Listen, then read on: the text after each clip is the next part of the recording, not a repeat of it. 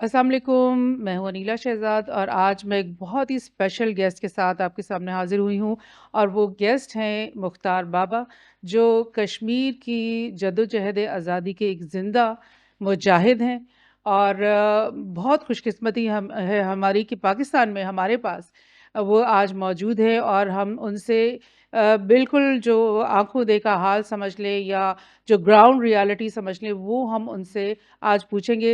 Mukhtar Baba, welcome to our Studios. वालेकुम सलाम वरहमतुल्लाह। अ, बहुत-बहुत शुक्रिया आपका कि जी। आई एम हियर और आपके नाज़रीन का भी बहुत-बहुत शुक्रिया जो मुझे बर्दाश्त करेंगे इस पॉडकास्ट के लिए। मुख्तार बाबा, सबसे पहली सवाल तो मैं आपसे ये पूछना चाहूँगी कि आप कब पाकिस्तान आए? कैसे पाकिस्तान आए? और जो कश्मीर में आप पीछे एक तहरीक छोड़ कर आ गए, वो इस वक़्त किस लेवल पे चल रही है? और लाइक आपका उस तहरीक के साथ अभी भी जो रोल है, कनेक्शन है, वो क्या है? देखें ये जो हमारे ऑल पार्टीज़ हुर्रियत कॉन्फ्रेंस के चेयरमैन जनाब चेयरमैन है हुँ, मसरत आलम भट्ट। जी, मैं उनका पॉलिटिकल सेक्रेटरी हूँ, बैनुल अक़वामी मीडिया सेक्रेटरी हूँ। राइट। तो उस हवाले से मैं इस जद्दोजहद में अपना रोल एक अदा कर रहा हूँ। तो इस वक्त वो मसरत आलम भट्ट साहब जो है वो पिछले 30 साल से मुकीद है और इस वक्त आज वो तिहाड़ जेल में बंद है। हुँ, और वो पहली बार जब वो गिरफ़्तार हुए थे वो 2 अक्टूबर 1990 को गिरफ़्तार हुए और पिछले 2015 से वो मुसलसल जेल में है। हुँ, और आज 2 अक्टूबर 26 2025 को उससे 30 साल हो गए हैं राइट। जेल में।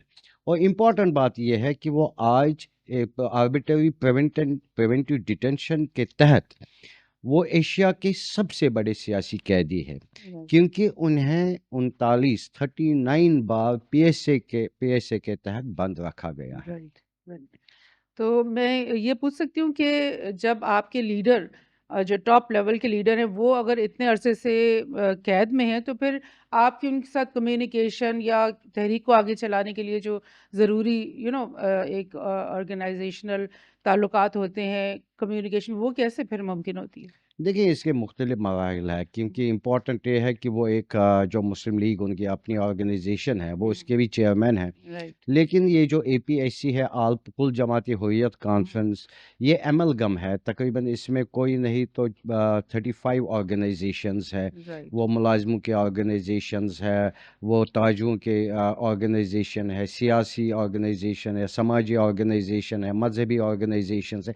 ये सब का एक तालमेल इस गठजोड़ को आल पार्टी हुर्रियत हुँ, कॉन्फ्रेंस हुँ, कहते हैं। तो राइट, वहाँ पे यानी मकबूजा कश्मीर में बहुत सारे लोग ऐसे भी हैं जो इस वक्त मतलब जेलों से बाहर है। हुँ, हुँ, यानी जो मतलब फर्स्ट टायर के लीडरान है वो तकरीबन राइट, सारे बंद है। और राइट, शहीद सईद अली जी, गिलानी अलैहि रहमा, बिल्कुल। तो आपको पता ही है कि वो शहीद हो चुके हैं। उनके बाद से जो अलम हुँ, मसरत आलम भट्ट के हाथ में दी गई है, तो इंशाअल्लाह वो रहमान उसके जो एजेंट्स बाहर है, राइट, जैसे कि मैं एक जिनमें से मैं एक हूँ, तो बिल्कुल, हम इसको उन्हीं के नज़रिए के तहत राइट, इसको आगे ले जाने की राइट, कोशिश कर रहे हैं। राइट। बिल्कुल, बिल्कुल, बहुत ज़बरदस्त। अच्छा मुख्तार बाबा ये पाकिस्तान में जो हम बैठे हैं पाकिस्तानी, एक तो हम लोग ये समझते हैं कि कश्मीर पाकिस्तान का हिस्सा है। हम दावा करते हैं इस बात का। उसके बाद ये कि कश्मीर से जुड़े भी रहते हैं, ख़बरें भी वहाँ से आती रहती हैं, वो बहुत दर्दनाक भी होती हैं। हमारे दिल लरज़ते रहते हैं कि क्या कुछ ज़ुल्म और मतलब ऑपरेशन कश्मीरी भाई-बहन हमारे सह रहे हैं। ये सब कुछ तो है, लेकिन जब आप यहाँ आते हैं या आप कश्मीर में बैठे हुए हैं, कश्मीर का जो वहाँ का शहरी है, वो कैसे देखता है कि पाकिस्तान उनके साथ क्या वो सब कुछ कर रहा है, जिसको वो एक्सपेक्ट करते हैं? ऑल्दो कि मैं फिर भी आपको रिमाइंड कराऊँगी कि हमारी जो सियासी नैरेटिव है, उसमें भी कश्मीर हमेशा ज़िंदा रहता है। उसके बाद हमारी जो अफ़वाज पाकिस्तान है, उन्होंने बहुत कुर्बानियाँ कश्मीर के लिए दी हैं। 4-5 जंगें हम लड़ चुके हैं, ये सब कुछ पाकिस्तानी यहाँ बैठकर सोचता है कि हम बहुत कुछ कर रहे हैं, लेकिन वहाँ पे बैठे जो कश्मीरी बहन-भाई हैं, वो कैसे फ़ील करते हैं पाकिस्तान की देखिए, बात? मैं आपको ये बिला किसी तहम्मुल के बताना चाहूँगा कि हम चौथी जनरेशन है, राइट। जो पिछले 78 साल से हुँ, मुसलसल हुँ, एक जंग की के हालत में है। हुँ, क्योंकि आप ये देखें कि 1947 के बाद से जो ये मामला हुआ है, हुँ, ये यानी कि अक़वाम मुत्तहिदा में चले गए हैं, तो हमें इस्तिस्वाब राय नहीं दिया गया। हुँ, हुँ, तो उस वजह से हम पिछले 78 साल से हुँ, माहवी जदोजहद है। और ये राइट। मुख्तलिफ़ शक्लों में, ये कभी पेल्बिसाइड फ्रंट के नाम से, कभी अल-फतह के नाम से, कभी यंग मेन्स लीग के नाम से, कभी पीपल्स लीग के नाम से, कभी जमात इस्लामिया के नाम से। तो मुख्तलिफ़ अवकात में, मुख्तलिफ़ अदवार में, मुख्तलिफ़ तरीक़ों से हमने इस जदोजहद को जारी व सारी रखा। हुँ, हुँ, लेकिन बड़ी इम्पोर्टेंट बात ये है कि 1989, to be more specific, it was 31st of July 1988 जब हमने ये तहरीक स्टार्ट की है। हमारे कुछ लोगों ने ये तहरीक स्टार्ट की है, शेज़ान। तो उसके बाद से लेके ये मुसलसल ये कंटिन्यू एक प्रोसेस है।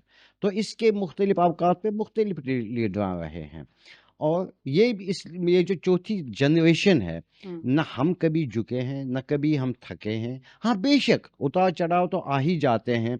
जैसे कि मतलब मैं अगर पिछले 38 साल का, जो 36-37 साल इस जदोजहद को हुए हैं, तो अगर मैं इनका इहाता करूँ, तो मुझे ये लगता है कि 2000 के बाद से भी एक लल सी आई। हुँ, हुँ, तो फिर दुनिया ने देखा जब 2008 में मसरत आलम भट्ट, जो इस वक्त ऑल पार्टीज हुर्रियत कॉन्फ्रेंस के चेयरमैन हैं, उसकी क़यादत में लाखों लोग जोक द जोक आए। और आज की डेट में भी जब आप वो वहाँ की दीवारों पे देख सकते हो कि गो इंडिया गो हुँ, बैक, ये राइट। मसरत आलम का दिया हुआ नारा है। उसका नारा दिया हुआ है जो आज एक बच्चे बच्चे के ज़बान पे है, रख दो रख दो भारत राइट, रख दो। राइट। वो सड़क पे वो भारत का हुँ, झंडा बन रखते हैं या हाँ, भारत का हाँ, नक्शा राइट, बनाते हैं, राइट। तो उसके बाद से उसको पैरों तले रौंद देते हैं। सो ये आज की जनरेशन हुँ, है। राइट। लेकिन जब मैं इससे पहले की जनरेशन देख रहा हूँ, या उसके पहले वाली जनरेशन, तो बहरहाल उनसे भी कभी हुँ, मुलाकात हुई है, दादे की सूरत में, हुँ, वालिदैन की सूरत में, हुँ, या जो हमारे हमसाया होते हैं। तो हुँ, हमें ये बोला जाता है कि रेडियो पाकिस्तान सुनने के लिए पाबंदी लगा दी हुँ, गई थी। हुँ, हुँ, हुँ, और ये जो आज हम ये ज़ुल्म-सितम की कहानी, आज आप, बिकॉज़ आज की डेट में सोशल मीडिया है, उसकी वजह से आप ये सुन रहे हैं। हुँ, लेकिन वहाँ पे 1947 से लेके आज तक ये मुसलसल एक ज़ुल्म की दास्तान रकम की गई। इसकी शक्लें बदल गई है। हुँ, कभी ये शेख अब्दुल्ला के रूप में था, मतलब उस वक़्त बख्शी गुलाम अहमद के दौर हुँ, में जो वज़ीर-ए-आज़म वहाँ हुँ, के थे, हुँ, उनका नाम बख्शी गुलाम अहमद था। हुँ, उनके दौर में एक डीआईजी हुआ करते थे, जो उबले हुए आलू ओह मुँह गॉड! में ओह डालते माय थे, गॉड! जो जिसको हम आयरन प्रेस हुँ, बोलते हैं, हुँ, जिस्मों पे ओह लगाते माय थे, गॉड! जो पाकिस्तान का नाम लेते थे। हुँ, और सबसे इम्पोर्टेंट बात ये आम ज़बान ज़द वहाँ पे है कि रेडियो पाकिस्तान को बड़ी धीमे से, और हुँ, 10-10, 50-50 लोग एक घर में, राइट, अगर किसी के घर से राइट, रेडियो पाकिस्तान की न्यूज़ होती, हुँ, तो उसको गिरफ्तार किया जाता था। राइट, ये राइट। सूरत हाल तब सो की थी, हमारे से पहले हुँ, उसके बाद से हमने एक खूनी तारीख रकम की है पिछले 78 साल में। राइट, दुनिया में ये एक ऐसा एक कज़िया है हुँ, जिसमें तकरीबन 7 लाख लोग मारे गए हैं, ओह! 14 अगस्त 1947 से से लेके लेके आज तक। आज की डेट सो तक। मुख्तार बाबा आप ये कह रहे हैं कि जो नई नस्ल आज की है क्योंकि देखिए ना 47 में जो जंग हुई, जो कुर्बानियाँ दी गईं, वो नस्ल तो अब गुज़र गई है। अब जो नई नस्ल है जिसके बारे में अब बहुत ज़्यादा मीडिया में इस तरह का नैरेटिव हमें सुनने में मिलता है कि अब वो लोग इंटरेस्टेड ही नहीं है नौजवान कि पाकिस्तान के साथ उनका इल्हाक हो या पाकिस्तान में वो शामिल हों, बल्कि वो शायद उन्होंने कॉम्प्रोमाइज़ कर लिया है इस आइडिया के साथ कि अब हमने शायद इंडिया के साथ ही रहना है। तो आप ये कह रहे हैं कि ये मतलब दुरुस्त नहीं है नैरेटिव? या मुझे लगता है कि ये पहली बार मैं नहीं सुन रहा हुँ, हूँ। हुँ। हुँ, हुँ। लेकिन देखें, असल में मसला ये है कि आपको दुनिया की कोई भी तहरीक जो है, हुँ, हुँ। उसके उतार-चढ़ाव को आपको मद्देनज़र रखते हुए ये देखना है कि भारत ने आज की डेट में कश्मीर में क्या मामला किया हुआ है। जब तक आपको वो ग्राउंड सिचुएशन पता ना हो, तब तक मुझे लगता है कि इसका अहाता करना बहुत ही मुश्किल है। यानी आज की डेट में वहाँ पे कोई भी एक फ़र्द वाहिद जो नेक्स्ट जनरेशन है, वो एक ट्वीट, एक फ़ेसबुक पोस्ट नहीं कर सकते। नहीं कर सकते। लिखने की बात दूर की बात है। यानी मैं ऐसे बहुत सारे 17 साल, 18 साल, 20, 22 साल के मर्द-ज़न को जानता हूँ, जिनको वहाँ के साइबर सिक्योरिटी जो श्रीनगर में उनका ऑफिस है, उनका एसपी बुला के लाते हैं। और मन ये इस पे तकरीबन कोई नहीं तो सैकड़ों लोग लगे हैं जो कश्मीरियों के फेसबुक और ट्विटर अकाउंट उसको चेक करते हैं। राइट। और मुझे यकीन है, ये मैं नहीं कह रहा हूँ, इंटरनेशनल मीडिया कहता है कि दुनिया में अगर आज की डेट में कहीं पे कोई खिता एक ऐसा है जिसमें हाईएस्ट सर्विलेंस है, वो कश्मीर में है। Number 1। Number 2, the cost of resistance बहुत हाई हो गया है। राइट। यानी आज की डेट में अगर आप देखें कि हमारे डॉक्टर मुबीन शाह है, वो टर्की में हुआ करते हैं। इसी तरह टोनी अशाई साहब है, रिफत वानी साहिबा है, डॉक्टर गुलाम नबी फाई है, या मैं खुद हूँ। हमारे ना होने के बावजूद हम पे केसेस किए जाते हैं और उन केसेस में हमें नॉन बेलेबल वारंट्स इशू की जाती है। देखें, 2022 में मैं इंडिया में नहीं था, मैंने कोई क्राइम किया ही नहीं। मैं क्या कर रहा हूँ, मैं फेसबुक पे लिख रहा हूँ, मैं ट्विटर पे लिख रहा हूँ, और उस फेसबुक और ट्विटर को भी आज क्रिमिनलाइज किया गया। हमें आज ये नई एक टर्म निकाली है कि you have become a white collar terrorist. ये इंडिया का एक नैरेटिव बन गया। हाई, तो इसलिए आज की डेट में वो चाहते क्या है, हम पे केसेस करके वो चाहते क्या है, वो ये चाहते हैं कि जो ये आवाज़ें डायस्पोरा में है इनको खामोश किया जाए। जब डायस्पोरा में वो आवाज़ें खामोश करने की कोशिश कर रहे हैं, तो आप ये समझे कि जो वहाँ हाईएस्ट सर्विलेंस वहाँ जम्मू कश्मीर में है, वहाँ ह्यूमन इंटेलिजेंस के आले घूम रहे हैं। वहाँ पे कई एक जगह पे नहीं, कई एक जगहों पे ऐसे इदारे बनाए गए हैं जो आपके सोशल मीडिया को चेक करते हैं, और वो भी 24/7। एग्जैक्टली। तो मैं पढ़ रही थी कि स्कूल्स और कॉलेजेस के अंदर सीसीटीवी कैमरास लगा दिए गए कि क्लासरूम के अंदर भी जो बात हो रही है वो भी उन तक पहुंच रही है। तो इस पे भी ज़रा रोशनी डालें। और इवन जो जितने भी अखबारी दफातर हैं उनको ताले लगा दिए गए हैं, और जर्नलिस्ट को बिल्कुल भी इजाज़त नहीं है। और स्पेशली ये जो सेकंड टेन्योर मोदी गवर्नमेंट का आया था उसके बाद जो इंटरनेट का बैन है, आप ये कह रहे हैं कि वो अभी भी चल रहा है क्या? ये ज़रा बताएं। देखिए, एक्चुअली इंटरनेट की बैन अब नहीं है, ये थर्ड टर्न है मोदी की। हाँ, ये it third. Is a third term. So 2014 में उसने वो 2024 में उसकी एक तीसरी टर्न स्टार्ट हो गई है। एक्चुअली देखें, मसला यह है कि वहाँ पे जो औकाफ हुआ करता था, जो दरगाहों की मैनेजमेंट करता है, राइट। तो वहाँ पे एक बीजेपी की खातून जिसको एक मिनिस्टर का स्टेटस दिया गया है, वो हैंडल करती है वो। और उसने एक ऑर्डर निकाला हुआ है कि यहाँ का लाउड स्पीकर जो है वो उस पे आप कुछ नहीं बोल सकते जब तक कि आप परमिशन नहीं हो। नंबर 1। नंबर 2, आज की डेट में वहाँ पे एक थॉरो इन्वेस्टिगेशन होती है मस्जिदों पे। ये जो मस्जिद है, ये मस्जिद कितनी मंजिला है, इसमें टाट कैसे लगे हुए हैं, इसका इमाम कौन है, इसमें नमाजी कौन है, ये नमाज पर ये किस मसलक से ये मस्जिद है, ये कब बनाई गई है, इसमें किराया कितना आता है, ये प्रोफाइलिंग जो हो रही है मस्जिद के मुंतजिमीन के, इसके मेंबर कौन है, इसमें पढ़ने वाली नमाजी है वो कौन है, ये प्रोफाइलिंग वहाँ पे हो रही है। ये खाली कॉलेजों स्कूलों की, वहाँ दुकानदारों से ज़बरदस्ती ये कहा गया है कि आप अपने कैमरे लगाएं और सीसीटीवी कैमरास लगाएं। राइट। वहां पे जो मतलब you can as I said earlier that जो कश्मीर है वो आज की डेट में दुनिया में एक ऐसा खिता बन गया है जहां 10 लाख फौजी 70 लाख लोगों पे मुसल्लत है। राइट। दुनिया में बहुत सारे ममालिक ऐसे हैं जिनकी कुल तादाद फौजियों की 5 लाख 4 लाख 7 लाख होती है, लेकिन हमारे उस छोटे से 70 लाख लोगों पे 10 लाख फौजी है। उसका मतलब ये है कि हर 7 आदमी पे एक फौजी खड़ा है। तो एग्जैक्टली। आप ये एक अंदाजा कर सकते हैं कि हमारे चप्पे चप्पे जो बनकर बनाए गए हैं, हमारे हर 100 मीटर के बाद एक फौजी को तैनात किया जाता है।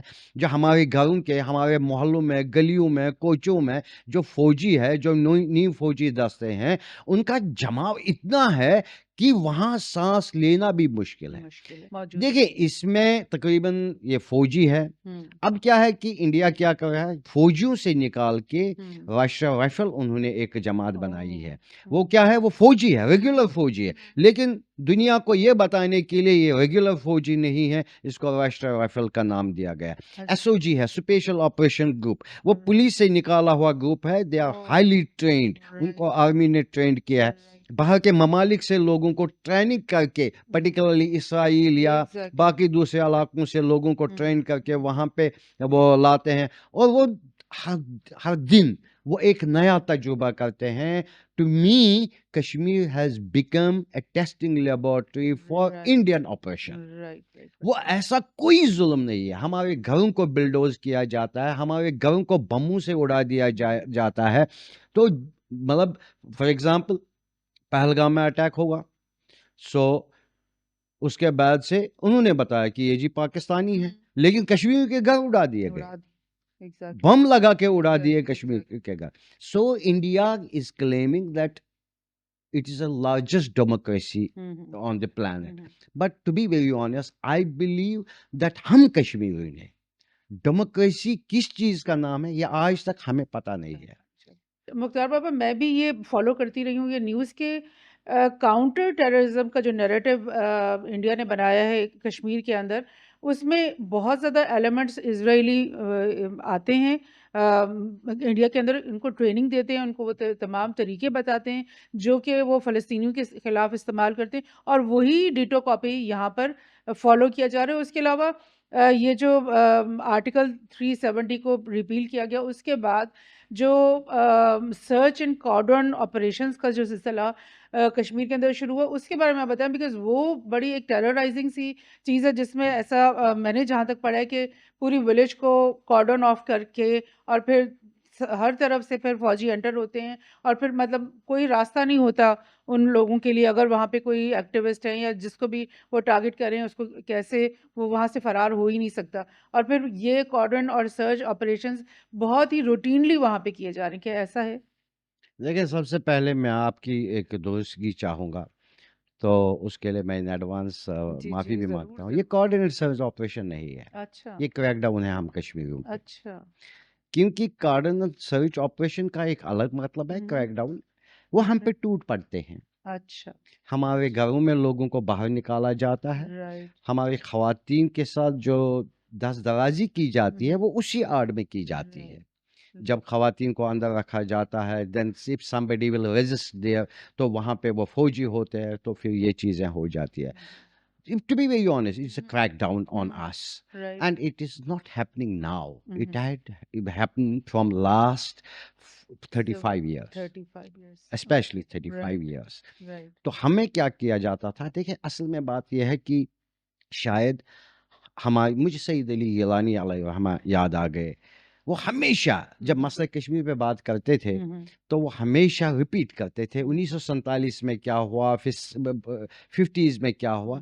तो कभी कभी हमें लगता था कि ये बोर हमें कर रहे हैं, लेकिन आज मुझे पता चलता है कि जब मैं लोगों से बात करता हूँ कि नहीं, repetition of events is important. Right. यानी उसका ये मतलब है कि शायद आज आपको लगता है कि 5 अगस्त 2019 के बाद से ये शटडाउन्स हुए हैं, इंटरनेट शटडाउन हुआ, कि जैसे कि आपने कहा कि दिस कोऑर्डिनेट सर्च ऑपरेशन, नहीं, ये पिछले 38 साल से हो रहे हैं।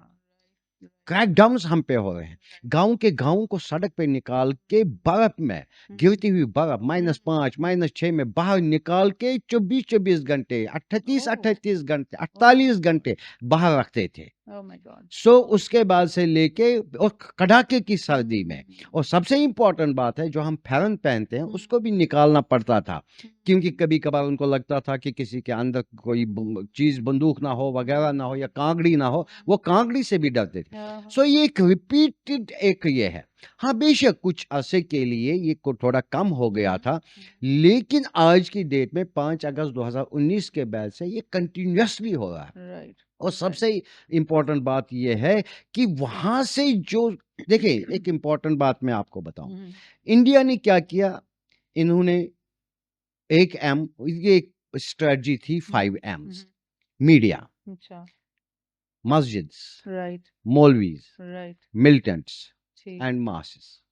मासेस हाँ, आल्सो, ये 5 राइट, एम है। राइट, इन्होंने सबसे पहले क्या किया, इन्होंने ऑल आउट ऑपरेशन किया मिलिटेंट्स के खिलाफ। राइट, ओके, उसके बाद इन्होंने क्या किया, मीडिया पे कर्ब्स लगानी स्टार्ट की। राइट, आहिस्ता आहिस्ता आहिस्ता आहिस्ता इन्होंने मीडिया पे कर्ब्स लगाए। यानी कि मुझे याद है, मैं आपको बताऊं कि 2008 में जब एक एजिटेशन स्टार्ट हुई अमरनाथ लैंड रोक के बारे में, उसके बाद से लाखों लोग सड़कों पे आ गए, मसरत आलम की क़यादत में लोग सड़कों पे थे। तो उस वक्त क्या हुआ कि मैंने एक स्टोरी बनाई, मैं उस वक्त एक न्यूज़ एजेंसी में काम कर रहा था, तो मैंने एक ग्राउंड रिपोर्टिंग की पुलवामा की, तो मुझे एफआईआर लगाया गया। जब मैंने उनको कहा कि that I will prove in the court of law कि जी जो इस 22 मकानों को आपने तहस नहस किया, मेरे पास उनके नाम वगैरह है, तो मुझे एसपी ने बुलाया और मुझ पे एफआईआर की गई। ये एक बार नहीं, ये कई बार की गई, और मैं अकेला आदमी नहीं, अकेला जर्नलिस्ट नहीं हूँ। वहां कोई ऐसा जर्नलिस्ट नहीं है जहां पे एफआईआर नहीं लगाए गए हैं। उसके बाद क्या किया है, इन्होंने मस्जिदों को टैप करने की कोशिश की। जो आज का ये एम है, अब इसको स्ट्रांगली वो आगे हैं, ये एम अभी बाकी था, ये प्रोफाइलिंग मस्जिदों का करना। मासिस पे इन्होंने कदगन लगाया कर्फ्यू की सूरत में, जैसे कि आपको पता है कि महीनों वहां पे बंद रखा गया। तो उसके बाद से मीडिया पे भी कर्ब्स हो गई। तो उसके बाद मौलवी को उन्होंने बुलाया, जो मस्जिद के मौलवी थे, उनको बुला के उनको रेस्ट्रिक्ट किया गया है कि इट इज अनऑफिशियल बैन, कि आपको समाजी मामलात के बारे में बात नहीं करनी। सो ये मतलब एक, देखिए असल में बात यह है कि इंडिया का जो एक पॉलिसी है ना, they call it Chanakya policy, give a dog bad name and kill him and you should be the first who will mourn this। ये जो पॉलिसी है ना, इसके तहत ये काम करें। जहां तक दफा 370 का सवाल है, देखें ये इंपॉर्टेंट बात है, ये सेमी एक ऑटोनॉमी थी कश्मीर के लिए, लेकिन ये इतना खोखला हो गया था कि इसमें कुछ बाकी रहा नहीं था। इफ यू गो कि 1953 में ऑलमोस्ट उसके बाद से ही इसको अनडन किया हुआ था मुख्तलिफ मराहिल में। हाँ, लेकिन हमारे पास एक था जो हमारा पॉइंट ऑफ कंसर्न आज भी है, वो 35A है। वो 35A ये था कि कोई nobody from India can by the land. इन्होंने ये भी खत्म कर दिया। लेकिन आज की डेट में अंडर करंट एक सिचुएशन ऐसी है कि मुझे लगता है कि आने वाले वक्त में कभी न कभी लोग उठेंगे और इसके खिलाफ एक बहुत ज़बरदस्त, जो शायद दुनिया ने नहीं देखा होगा, एक बहुत ज़बरदस्त एक एजिटेशन स्टार्ट हो जाएगी। सो मुख्तार बाबा आपने जिक्र किया है ना 35A का, तो जिसमें लैंड परचेज इंडियन नेशनल्स को अलाउ कर दी गई है, तो उससे क्या अभी एक डेमोग्राफिक चेंज स्टार्ट हो गया है, या उसके आने वाले सालों में आप एक्सपेक्ट करें कि क्या होगा, और मतलब कश्मीरी कॉज जो है उसके ऊपर कितना बड़ा ये ज़र्ब इससे लग सकता है? देखिए आपको एक्सपीरियंस होगी फ़लस्तीन की, but to be very honest I believe that we are not the Palestinians. Right. पिछले 6 साल में हमने 216 ज़मीनें बेची हैं, अच्छा। लेकिन वो 216 ज़मीनें हमने किसी हिंदुस्तानी को नहीं बेची। ओह, We right, distinct ourselves from Indians and Kashmiris, right, and people should understand this, अच्छा, that जब मैं यहाँ बोलता आप इंडिया वाले कश्मीर से हैं, अच्छा। एक आई गेट हर्ट दैट मैं इंडिया वाले कश्मीर इंडियन से नहीं ऑक्यूपाइड हूँ, एक्चुअली। मैं डिस्प्यूटेड कश्मीर से हूँ। चाहे पाकिस्तान वाला कश्मीर हो, चाहे वो वो हमारा वाला कश्मीर, ये पूरे का पूरा खत्ता डिस्प्यूटेड है। मेरी कोई आइडेंटिटी ही नहीं है। मैं इस आइडेंटिटी को ढूंढने के लिए पिछले 78 साल से कोशिश कर रहा हूँ कि ये आइडेंटिटी मुझे कब मिलेगी। एंड इसीलिए जो जब पिछले 4 नस्लें हमारी इसके दौरान 4 नस्लों से हम मुसलसल जदोजहद कर रहे हैं, it is only because that we should get our identity, हम कौन है। हम सो मुख्तार बाबा, आप अभी बता रहे थे कि आपके जो भी सेलिंग हुई है प्रॉपर्टी की, वो कश्मीरी टू कश्मीरी ही हुई है, यानी आप अभी ये कह रहे हैं एग्जैक्टली कि इंडियन नेशनल्स को अभी तक कश्मीर में नहीं जमीन मिली। इंडियन उनको कोई बेचेगा ही नहीं। हाँ, अब दो चार लोगों ने जमीनें खरीदी है, अच्छा। लेकिन उनको गवर्नमेंट ने जमीनें अलॉट की हुई है, राइट। उनको कश्मीर ने जमीन नहीं नहीं बेची है। बेची। और मुझे यकीन है, हाँ। I believe in my fellow citizens of that land, they will not sell this their motherland to any Indian. Right, but वो अगर गवर्नमेंट के थ्रू बहुत ज्यादा एकड़ इकट्ठे उनको मिल जाए तो वो डेंजरस। देखें, हॉस्पिटल एक बनाया गया है, मैं कल परसों पढ़ रहा था, एक हॉस्पिटल बनाया गया, उसको तो गवर्नमेंट ने ही लैंड दी है, तो वो गवर्नमेंट लैंड दे सकता है, so that can be done. जैसे कि वो वहाँ पे कुछ कॉलोनीज बना रहे हैं एक्स फौजू के, लेकिन जो ये डेमोग्राफिक चेंज है, ये भी एक सिस्टमैटिक तरीके से किया जाता है। 1947 में कुछ हिंदू, कई लाख हिंदू आ गए थे बांग्लादेश से, जो आज की डेट में बांग्लादेश है, वहां से आए थे और उनको जम्मू में बसाया गया था। उन हिंदुस्तान में उनके रहने की कोई जगह नहीं थी, लेकिन 2019 के बाद से उनको वोटिंग राइट दिया गया और उनको डोमिसाइल भी दी गई। अच्छा। इस तरीके, और जो आज की डेट में वहां पे जो कानून चेंज हो गए, उसके मुताबिक जो भी कोई हिंदुस्तानी, जो भी कोई, चाहे वो स्टूडेंट हो, चाहे वो फौजी हो, चाहे किसी भी तरीके से जिसने वहां पे काम किया है 7 साल, उसके बाद 5 साल, आई बिलीव 5 साल के बाद उसको डोमिसाइल मिलेगी। और ये एक ह्यूज, आप देखिए ना कि 10 लाख फौजी है वहां पे, यही तो मैं सो ये सिस्टमैटिक तरीके से एक डेमोग्राफिक का, यानी कि अगर वही 10 लाख फौजी उनको अगर वहाँ की सिटीजनशिप दे दे इंडियन गवर्नमेंट, और फिर उनकी फैमिलीज भी वहां आ जाए, तो फिर कितना बड़ा चेंज। नहीं जी, ऑलरेडी शरणार्थियों को, जो बांग्लादेशी शरणार्थी थे, और वो सारे के सारे हिंदू हैं, तो रोहिंग्या मुसलमानों को वहां एक एक चुन चुन के निकाल रहे हैं जम्मू से, लेकिन उन हिंदू शरणार्थियों को बसाया जाता है वहां पे, और उनको स्टेट सब्जेक्ट भी दी जाती है। अब स्टेट सब्जेक्ट नहीं है, अब डोमिसाइल है, डोमिसाइल भी दी जाती है।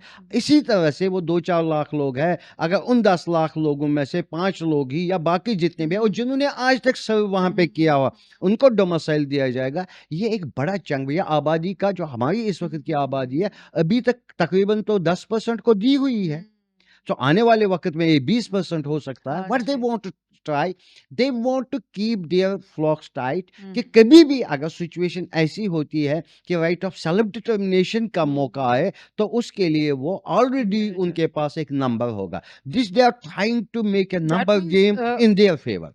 इससे तो मुझे ऐसे लग रहा है कि कश्मीरी जो आज़ादी की तहरीक है, उसके पास ज़्यादा वक्त नहीं है। That means we whatever has to be done, उसके लिए बहुत वॉर फुटिंग पे अब काम होना चाहिए। नीला जी, मैं आपको यकीन से कहता हूँ, जब मैं वहां से निकला,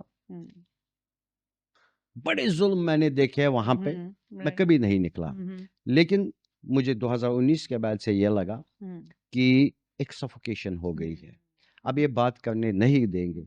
और शायद आवाज लगी एनफ कि मैंने एक खुली हवा में सांस लेने के लिए मैं वहां से निकला। और मुझे ये लगता है कि जब मैं निकला हूँ, and time has proved me right, कि मेरा डिसीजन सही था कि मैं वहां से निकला। कम से कम आज की डेट में मैं आपके साथ ये पॉडकास्ट कर रहा हूँ, अपने उस मजलूम कौम की एक तर्जुमानी कर सकता हूँ। सो क्योंकि बहुत सारे कम लोग हैं आज की डेट में, मुझे ये पता भी नहीं था कि मुझे पहले, सबसे इंपॉर्टेंट बात है, मुझे पासपोर्ट 30 साल के बाद दिया गया। पासपोर्ट देने के बाद जो इंपॉर्टेंट ये है कि मैं जब निकला था, तो मेरी जो घर वाले जिसके साथ मैं कांटेक्ट में था, तो मैंने वो, उनको पता भी नहीं था कि शायद मुझे जाने दें कि नहीं, लेकिन अल्लाह का शुक्र था कि मैं ईसीएल पे नहीं था। तो उसके बाद से मैंने देखा कि वहाँ कोई भी, जो भी जर्नलिस्ट है, वो ईसीएल पे है। जो बाहर से वहाँ जाता है, उसके पासपोर्ट राइट। ज़ब्त नहीं किए जाते, वो फाड़ दिए जाते हैं। उन ओह! पे रिजेक्ट की मोहर डाली जाती है, hmm, whether they are students, hmm, whether they are academicians. बहुत सारे एकेडमिशियन, एक एकेडमिशियन को हुँ, रेस्ट्रिक्ट किया गया है कि आप हुँ, अमेरिका नहीं जाओगे। राइट, आपका जो ये पासपोर्ट है, ये एक पर्टिकुलर कंट्री के लिए वैलिड राइट, है। तो राइट। ये सारी चीज़ें वहाँ पे हुँ, हैं, and we are not able to comprehend that what they are doing हुँ। to make the Kashmiris exterminate, to be very हाँ, honest. एग्ज़ैक्टली। जो मैं पिछले तकरीबन being a student of history, मुझे ये लगता है कि हम उस कगार पे खड़े हैं इस हुँ, वक़्त। हम उस नहज पे खड़े हैं, एक धक्का हमारे लिए हुँ, काफ़ी है और ये कश्मीरी कौम हुँ। ख़त्म हो जाएगी, ओह माय सफ़र गॉड! हस्ती से मिट जाएगी। आई थिंक क्योंकि हुँ, जिस तरह से मैं सिस्टमैटिक हुँ, ये जो है, हुँ, मतलब वो उनकी जो ऑक्यूपेशन हुँ, है, वो उसका एक्सटेंशन है, हुँ। आज तक कहाँ-कहाँ तक वो जा रहे हैं। इतने तो बड़े मुझे लगता है कि if I will not exaggerate, maybe within 10 years एक कश्मीरी कौम ख़त्म हो जाएगी। शायद हुँ, वही लोग बचेंगे जो दुनिया में कश्मीरी होंगे, तो वो हुँ। कश्मीरी कौम ख़त्म होने के कितने कगार पे है। कितनी बहुत ही मतलब दर्दनाक सी ये हकीकत है और ये जो हकीकत है इससे पाकिस्तानी अवाम को मेरे ख्याल में रुशनास होना बहुत ज़रूरी है कि time is slipping out of our hands और ये चीज़ फिर अगर ये हमारी नौजवान नस्ल अगर सोच रही है कि जी ये लॉन्ग टर्म प्लानिंग में हमने कश्मीर के लिए कुछ करना है तो वो गलत फहमी है उनकी जो कुछ करना है like I am not saying कि आज ही करो लेकिन ये एक जितनी स्पीड से इंडियन गवर्नमेंट कर रही है, उतनी ही स्पीड से हमें भी सोचना एटलीस्ट और एक्ट करने का मंसूबा अब शुरू करना चाहिए।